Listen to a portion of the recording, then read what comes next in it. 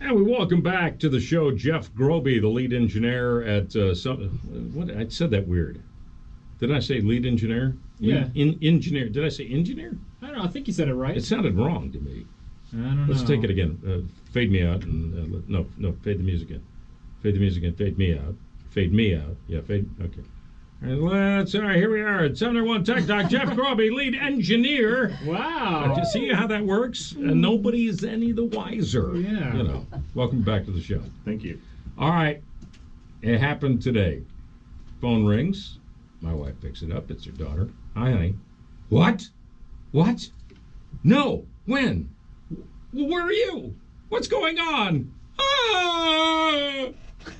Okay. And what happened was somebody threw a paint can through her window. She never heard it. She got up in the big front window she has in her house, broken in. Wow. Yeah. Now, the reason I bring this up is because we're going to talk about a smart home. Sure. And some of the pitfalls and maybe some of the pluses.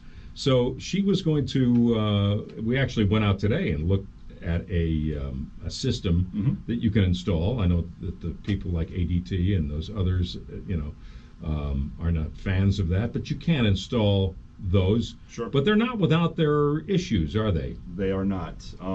The primary issue with all of these devices, whether it's a refrigerator, a garage door opener, your Nest thermostat, or one of these systems, is that they rely on a wireless network. All right. So they're only as good as the security of your wireless network. I got it. Yep. All right. So let's talk about wireless networks in people's homes. I know that when we set up our wireless network, it'll give me options. And I go, no, I just want to watch TV. I'm not interested in all the security. I don't want to jump through hoops. I just want to get the damn thing going. Right. So what do people do wrong when they first establish a wireless network within their home? The item that they do most wrong, or they Sure. implement incorrectly, is by taking it out of the box and just plugging it in. The devices are made. Why are you looking at me when you say that? Well, because most people do that. That's right. Yeah. So You're right. I can't fault anybody because Sure. they want the devices to work out of the box. They So- don't want to make it prohibitively difficult for you to configure it. And you never want to have to read instructions. Exactly. So they do We're work. Americans. Right. Yeah. They do work straight out of the box, but they work in an unsecured manner. Okay. So you're at risk at that point. But you would say that all devices that can create a wireless network within your home have other functionality, not other functionality, but have a way to create a secure network. I would say the majority of them, yes. Okay. Yep. All right. So what are the things that the NEF, first of all, address this in two ways.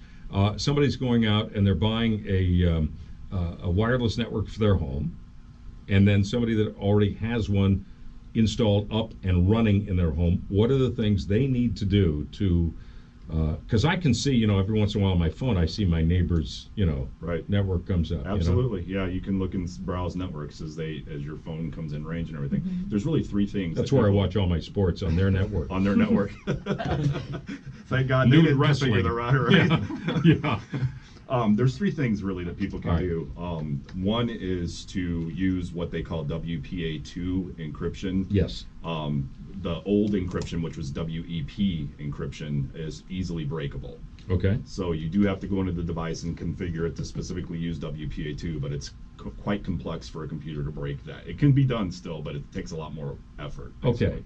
So that's issue number one. And is that fairly simple to achieve? Yeah, it should be, and it should be documented in the literature that Okay. comes with the device as well. Who kept that? You have to read. Exactly. You gotta read. Yeah. And then another one is to give your Wi-Fi network an obscure name. You don't want to call it, Guy's house or Guy's Wi-Fi network or something. Hang like on that. 1 second. Hey, honey, we got to change the name. Yeah, not Guy's house. Guy's Casa. All right, thanks. Bye. Go ahead, Jeff. Yeah, exactly. So I always tell people to do something, funny if they want to, like FBI surveillance van or something, Skynet. Or I love it. any of You're those. right. But you just don't want to identify yourself because Right. then when somebody can do war driving, when they drive by your house scanning for networks, they can tell if you identify yourself, if you put identifiable information that, they can use it against you. All right. I don't know if my wife's listening. I have no idea. But if she is, I want you to say that sentence one more time, because my wife is the kind of woman who wants to think that no one is going to do you harm. And I love that about her. Sometimes I call her Pollyanna. It ticks her off. But I want you to say the sentence again, that people, but driving by, do the drive-by. Yeah, the war, basically, when people are maliciously looking to hack into smart homes, they do what's called war driving, and that's simply taking a laptop with a Wi-Fi adapter that's looking for other networks, and they're scanning for information. So they'll drive down a street and they'll look at all the different networks that pop up. And if one's easily identifiable with a house address on or something like that, well, now they immediately can see which house it is. Or if they're looking for somebody they know in a neighborhood, like it's a neighborhood kid wanting to hack another kid, if your network is identifiable by your family name or something identifiable about your house, it's very easy then to start launching an attack. Right. So you don't want to make yourself, it's like, wearing a pink shirt in, Right. in a crowd, you're going to stand out. So I should change the name from Guy Phillips, we leave the back door unlocked, to something a little bit more Absolutely. scary. Absolutely. Okay. So the two things that I mentioned so far, WPA2, Right. and making sure that you Name your network, and then the third one, and that probably the most important one, is pick a complex password. Okay. The encryption key that you use to connect to your network should not be password or something like Password that. 123. Right. So just to give us an example, like what's your password for your home network? Yeah, we're not going to go. See, that was a test. That was a test. He passed. He passed it. Actually, I could tell you what my password is, because there's not a way at all that anybody would ever guess it. It's my original driver's license number from 1984 that Missouri issued to me. And they don't issue driver's license numbers with those types of numbers Oh, anymore. wow. That's kind of So interesting. They use a different algorithm today than they did back in the 80s. How about that? See? All right, so I know that when we set up a wireless network at our place, that it came with the password on the bottom of the, and it's a funky password. Right. Am I okay with that? I would still change it. Change it, Yeah, okay. but yes, it's better than the password or Right, something like right. that. So the manufacturers are catching up, and they're starting to Right. put default passwords that are difficult to guess. But even so, I would make it even more difficult. I'm not going to So- tell you what it is, but it's something like Bunny Automobile Right. 371. Exactly. Who's going to guess that? Right. And dictionary attacks against that are very difficult, because it's not a single dictionary word, it's several strung together. Got it. Okay. All right, very good. So, now, October is National Cybersecurity Awareness Month, Yep. okay? Where can people learn about, because really this is super important. I know we kid around about this a lot, and you're serious about it because it's your job. But the fact of the matter is, it's not getting any better. No. And people are doing everything they can to get into your life. Absolutely. You got to do everything you can to make sure that they don't. Yep. So what's the best place for, neophytes or people who are just, I may have a little tech information. I might be, better than the guy that's opening a computer for the first time, but Sure. certainly not, to your depth. What's the best place for me to access information about all of the things I can do in my life to protect myself? I would recommend just doing a search on YouTube. Type in how to secure your smart home or securing your home, home network, Wi-Fi networks. There's great videos on there that will explain the risks of not doing it, and then also walk you through many of the manufacturer's configurations.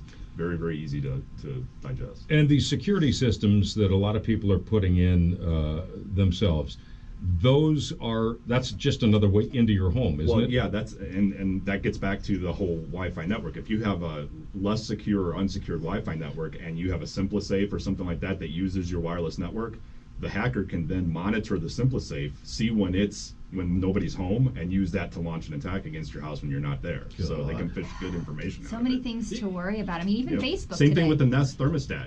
Nest thermostats, when nobody's at home, go into a specific eco mode and increase the temperature. Right. And if a hacker gets access to your network and looks at the data from the thermostat, they can tell when people are home and not, and look at the pattern, and then they can attack Right. your house when you're not there. So get home when my wife's there now.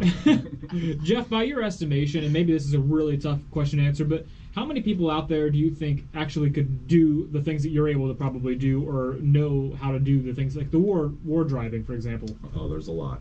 There's a lot. Oh man, Yeah, that creeps me out. you know I was hoping you said nobody. No. The compelling thing is to monitor traffic that hits your firewall. I look at incoming traffic that comes across from the outside to my firewall. You're being scanned. Everybody is being scanned thousands of times per second, every minute, every hour of every day. How do you even do that? How can you get into there to see who's trying to get in? Well, because my firewall logs Okay. everything, and that's another configuration issue. Most firewalls and routers don't come configured to log everything. You got to go back into the configuration and tell it to log things and where to store the logs and everything. So I just had a sickening thought. I will never serve on the Supreme Court. because of your history. Perhaps. What have you been typing in? You know, I don't know, Jeff. You tell me. You've probably been into my computer. No, You know when I'm not home. I'm here! All right, Jeff, if anybody needs to get in touch with you for any reason, www.SumnerOne.com. there you go, Jeff Groby. Thank you from SumnerOne Tech Talk on the Guy Phillips Show. It's 4:39. And from the Golden Oak Lending Traffic Center, we're going to check in again with Tim Weiland on your drive home.